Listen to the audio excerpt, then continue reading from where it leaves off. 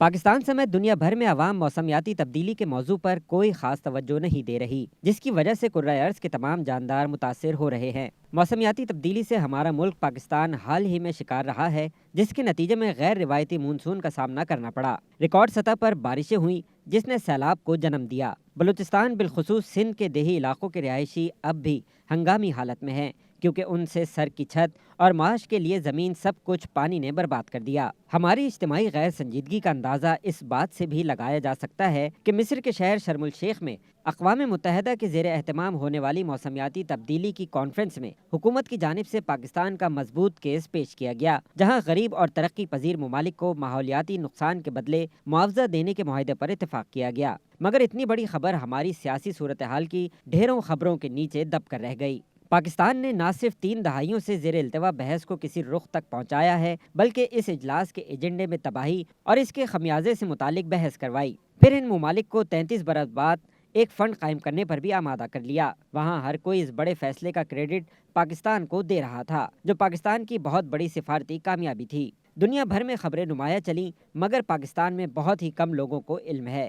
پاکستان کا ماحولیاتی آلودگی میں حصہ 1% سے کم ہے، مگر دنیا کا 5واں متاثر ترین ملک ہے اور 2040 تک خطے میں سب سے زیادہ پانی کی کمی کا شکار ملک بننے کی راہ پر گامزن ہے۔ ایک تحقیق کے مطابق ماحولیاتی تنزلی سے ہر سال پاکستانی معیشت کو تقریباً 500 ارب روپے کا نقصان ہوتا ہے اور اس میں بتدریج اضافہ ہو رہا ہے۔ اس نقصان میں قحط سالی سے زرعی زمین میں کمی اور اس کا غیر زرعی استعمال، مناسب پانی کی کمی، صحت کے بڑھتے ہوئے مسائل، جنگلات کا کٹاؤ، سیلاب اور دیگر قدرتی آفات شامل ہیں۔ ہماری غلطیوں کی سزا آنے والی نسلیں بھگتیں گی اور لگتا ہے کہ قیامت کی ایک شکل موسمیاتی نقصانات کی صورت میں نظر آئے گی۔ معاملے کی سنجیدگی کا اندازہ اس بات سے بھی لگایا جا سکتا ہے کہ عالمی بڑھتے درجہ حرارت کے باعث گلیشیئرز تیزی سے پگھل رہے ہیں، جو سمندر میں پانی کا اضافہ کر کے مختلف ممالک میں غیر مثالی سیلاب کا سبب بھی بنیں گے۔ دنیا بھر میں سال 2000 سے اب تک خشک سالی میں 29% کا اضافہ ہوا۔ ہر سال 55 ملین افراد اس سے متاثر ہوتے ہیں۔ ایک اندازے کے مطابق 2050 تک خشک سالی دنیا کی 3/4 آبادی کو متاثر کر سکتی ہے۔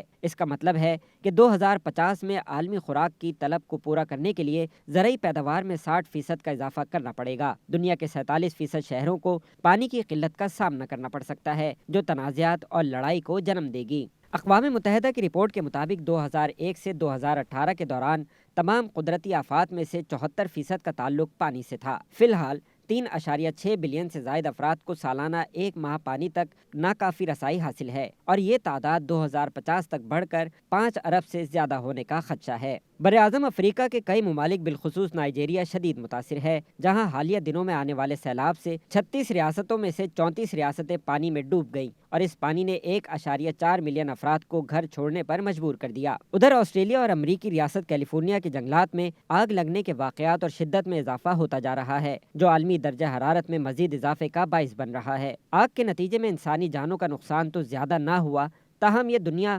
اربوں چرند و پرند سے محروم ہو چکی ہے۔ مالی نقصانات الگ ہیں۔ سعودی عرب اور متحدہ عرب امارات جیسے صحرائی ممالک میں بھی شدید بارشوں نے سڑکوں کو تالاب بنا دیا اور یہ ممالک وسائل موجود ہونے کے باوجود اپنے شہریوں کو نقصان یا پریشانی سے نہ بچا سکے۔ براعظم یورپ میں ہر سال گرمی کی شدت میں اضافہ ہوتا جا رہا ہے۔ موسمیاتی تبدیلی کے باعث جانوروں کی افزائش نسل میں بھی واضح کمی دیکھی جا رہی ہے، مگر اس سے زیادہ خطرناک صورتحال وبائی امراض کی شکل میں سامنے آ سکتی ہے۔ عالمی درجہ حرارت برمافراسٹ کو بھی پگھلا رہا ہے۔ برمافراسٹ ایسی زمین کو کہا جاتا ہے جو 2 یا زیادہ سالوں تک مسلسل 0 درجہ حرارت سے نیچے رہتی ہے، چاہے وہ زمین پر ہو یا پھر پانی کی تہ میں ہو۔ یورپی محققین نے روس کے سائبیریا کے علاقے میں قدیمی مٹی کی تہ پرمافراسٹ سے جمع کیے گئے قدیم نمونوں کی جانچ کی ہے، جس کے بعد مطالعہ بھی جاری کیا گیا۔ مطالعے کے مطابق سائنسدانوں نے 13 نئے پیتھوجینز یا وائرس کو زندہ کیا ہے، جسے انہوں نے زومبی وائرس قرار دیا اور پایا کہ وہ کئی ہزار سال منجمد زمین میں پھنسے رہنے کے باوجود متعدی رہے۔ ان میں سب سے پرانا، جسے پینڈورا وائرس ایڈوما کہا جاتا ہے،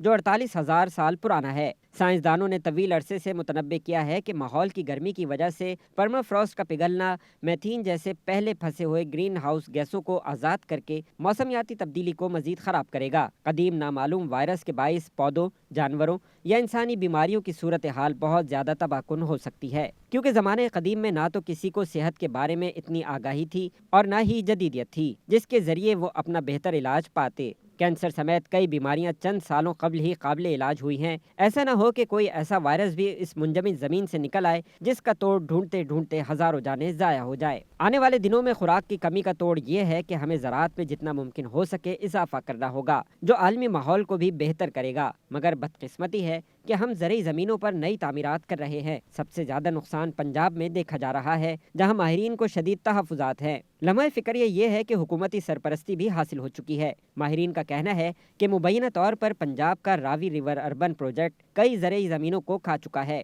دیگر صوبوں میں بھی صورتحال مختلف نہیں۔ عالمی ماحول کو ہم جتنا نقصان پہنچا چکے ہیں اسے تو ہمیں اب آنے والے سالوں میں بھگتنا ہے، مگر اس میں مزید اضافے کو ہم روک سکتے ہیں۔ ہمیں آلودگی میں کمی، پانی کا احتیاط سے استعمال اور درختوں کی تعداد میں اضافہ کرنا ہوگا۔ پلاسٹک کے شاپنگ بیگ کا استعمال ترک کرنا ہوگا۔ کچرا جمع کر کے آگ لگانے کی عادت بھی ختم کرنا ہوگی۔ یہ چند کام بھی کر لیں جو بڑا فرق پیدا کرنے میں کامیاب ہو سکتے ہیں۔ ہمیں بحیثیت شہری موسمیاتی تبدیلی کو سنجیدگی سے لینا ہوگا۔ بصورت دیگر یہ ذہن نشین کر لیں ہم خود اپنے لیے قبر کھود رہے ہیں۔